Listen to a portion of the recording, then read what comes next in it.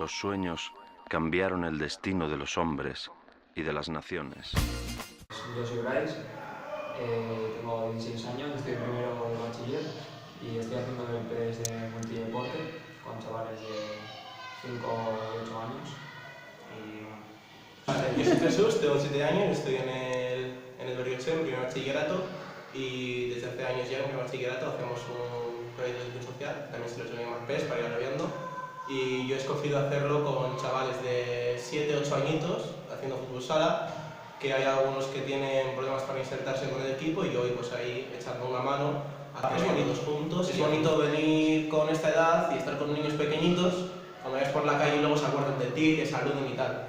Y luego pues estoy un poquito más encima de la gente que tiene problemas, pues también pues me gusta ver cómo al principio pues les cuesta un poco meterse con el grupo y luego van haciendo amigos, pues te los juntas con su equipo y así, y está bien ver cómo va. Pero creo que es importante pues ir inculcando en los colegios esa iniciativa, está bastante bien, y creo que no cuesta nada, y más a esta edad, está perfecto. Yo creo que el nuevo bachiller es el momento perfecto para meter el PES, lo hace muy bien el colegio, y creo que debería hacerse en todos los colegios, que no sea obligatorio, pero sí decir que tenéis esto, que luego va a poder estar, que en el currículum, que no va a aportar mucho, no, pero que va a ser una experiencia muy bonita y que os va a ayudar mucho a lo que intenta hacer el PES de insertar en la ciudad y ver lo que hay en la calle y salir de la burbuja del colegio y ver qué hay más allá y que va a haber luego también el mundo laboral. O sea, yo creo que me aporta mucho el recuerdo de decir que cuando estaba en primer bachiller me lo pasé genial estando con niños, estando con naciones que les cuesta un tiempo.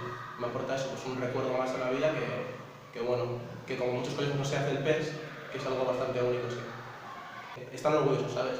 Que aparte de mis cosas me preocupe y digo, voy a dedicar 1 hora y pico a la semana o 2 a estar con niños, a estar con ancianos y ayudar. Están orgullosos. Que se apunten en algo que les guste a ellos y que piensen que les va a aportar algo. Sí.